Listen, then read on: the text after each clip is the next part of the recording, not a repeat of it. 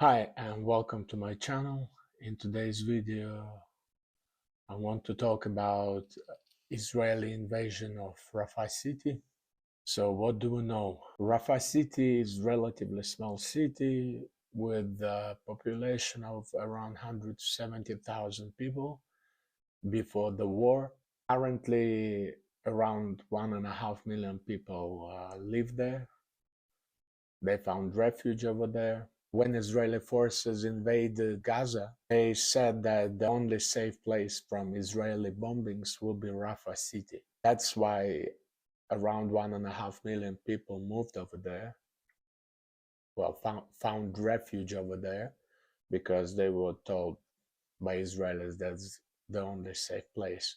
Now, Israeli government, including Israeli Prime Minister, stated that they will definitely invade Rafah and they don't care how angry international community would get, and they don't care about international community's objection to it. Pretty serious about it. Invasion into Rafah will cause thousands of deaths per day. Since the beginning of the war, 30,000 people already were killed, of whom most were women and children, around 28,000 as media reports. This action is very dangerous because let's think logically. It will drag in more and more neighbors into the war. Even those neighbors who are avoiding a war at all costs, full-scale war. For instance, Hezbollah is fighting from 8th of October, but they're not escalating. They mostly attack occupied Lebanese lands, which were occupied by Israel. Up to date, they still restrain themselves from a full-scale war. However, today, Nasrallah, head of Hezbollah, said that they are ready for full-scale war. Basically, come and see what we have. But yeah, right now, no one except Yemen fight full-scale war against Israel. Let's start with Egypt, for instance. Egyptian government, especially president of Egypt, Sisi, acts like Israeli puppet. He completely refuses to help Palestinians. He doesn't supply them with weapons, even though they have direct border with Gaza. However, if Israel, well, not if, when Israel will invade Rafah, it will violate peace agreement between Egypt and Israel. So basically it will mean that Israel declares war on Egypt. And Egypt, even though they have some brave rhetorics, they still, and they moved some forces to the border. It is very unlikely that while Sisi is president of Egypt, that Egypt will get involved. Only once Sisi will feel pressure from within the country, and pressure is growing with each passing day, and with each Palestinian killed, more and more people in Egypt rise, demonstrate, and demand that Egypt finally steps up and stop genocide of Palestinian people. But as of today, Egypt does nothing, basically. Now we'll look up north. Lebanon will have to get involved as well, because Hezbollah is one of political parties in Lebanon. They were the only ones who fought for Lebanon in 2006. So if Hezbollah gets involved, Lebanon will get involved as well. Right now, they're avoiding full-scale war because they know that Israel will completely destroy Beirut, the capital of Lebanon, and will destroy a couple of Lebanese cities. And Hezbollah tries to avoid. But once again, Hezbollah said that Rafah is a red line for them. If we look at words, of neighboring leaders, Rafah is the red line for them. But that's not the only countries that will most likely get involved. Syria is also ready. They've been preparing for that for over 3 months now.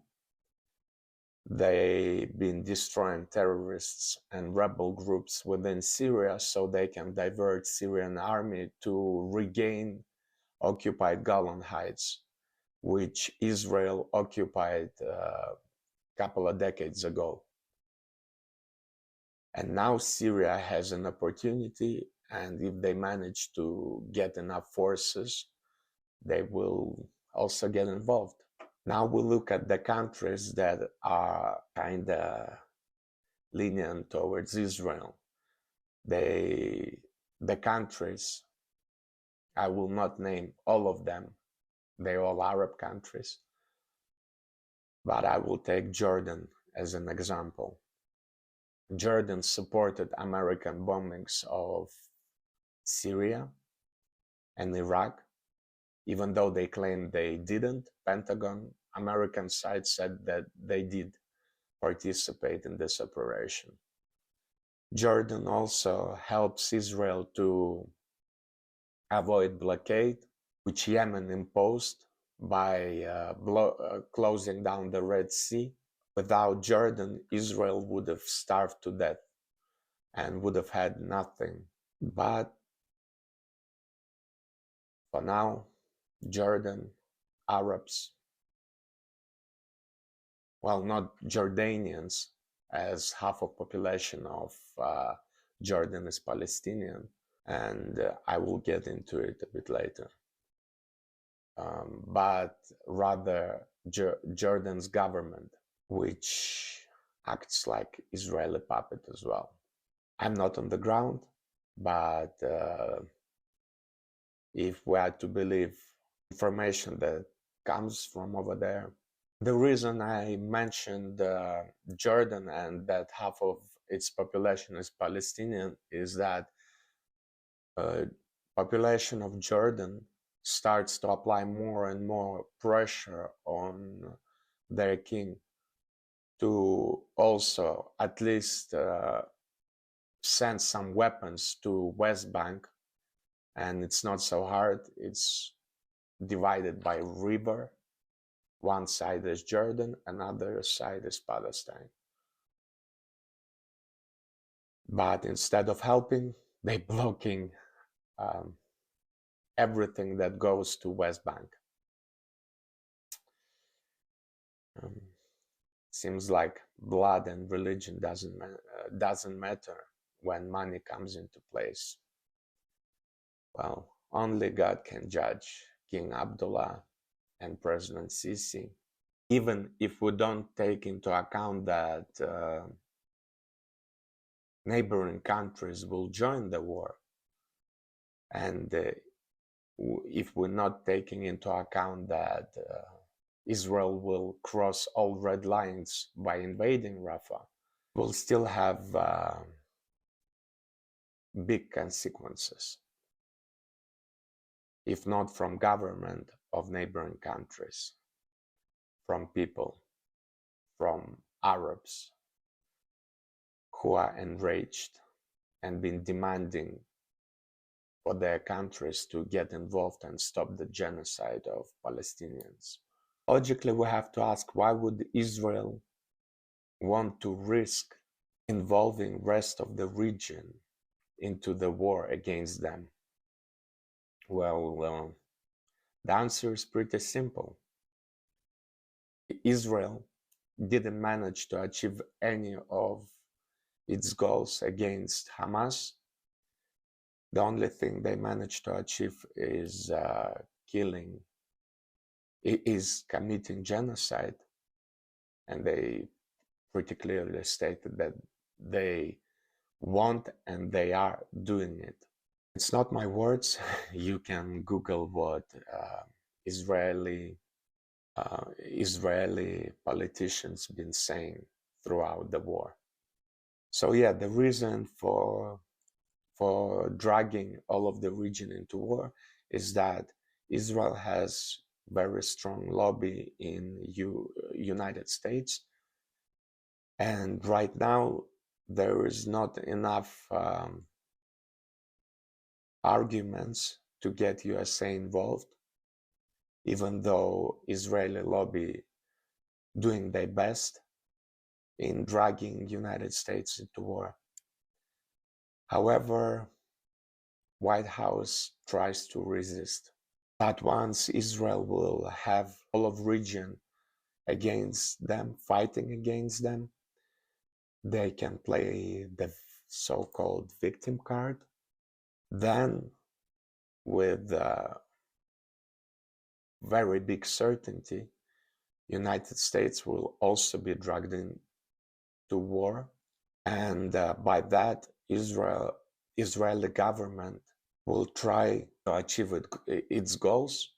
So yeah, once United States dragged into war, it will get into full-scale war, and perhaps if Israeli lobby within the United States will manage to, they will try to attack Iran. And the Israeli lobby throughout ages tried to get United States to attack Iran. However, up to date, they were unsuccessful. And they hope that if United States is dragged into war, that there will be no difference for United States, and there'll be a good ground to attack Iran. But once again, that's my personal opinion. I'll be very interested to hear what you have to say about it. Please leave your opinion down below, and I'll be happy to discuss it with you. Thanks. Bye.